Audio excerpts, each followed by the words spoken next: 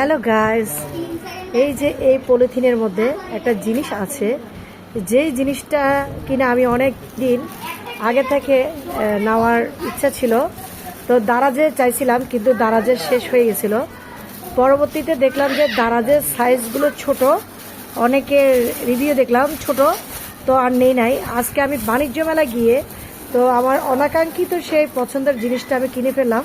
তো বাণিজ্য মেলায় কয়েকটা দোকানে আমি দেখেছি ছোট, মন মানসিকতা খুব খারাপ লাগলো যে এই ছোট দিয়ে আর কি হবে।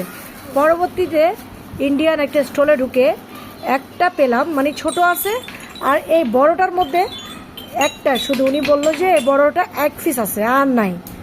তো এটা ফিক্সড, এটার দাম হয়তো অনেকে বলবেন এটা কত দিয়ে নিয়েছেন। তো এটার দামটা আমি বলি, এটা হচ্ছে 200 টাকা, এটার দাম হচ্ছে 200 টাকা, আর ছোটটা হচ্ছে 150 টাকা। কিন্তু ছোটটা পিঠা ছোট, আর এটা একবারে পারফেক্ট, মানে এই এক পিসই ছিল, যেটা কিনা আমার মনের মতো। তাই দেরি না করে এটা আমি নিয়ে নিলাম। খুব সুন্দর পিঠা বানানো যায় আমি দেখেছি। এখানে লেচি দিয়ে এভাবে চাপ দেবে, তারপর আমি দেখাবো আপনাদেরকে। এখানে দিলে খুব সুন্দর নারকেলের পুলি পিঠা হয়ে যায়। তো আমার মনের মতো একটা জিনিস আমি নিয়ে নিলাম।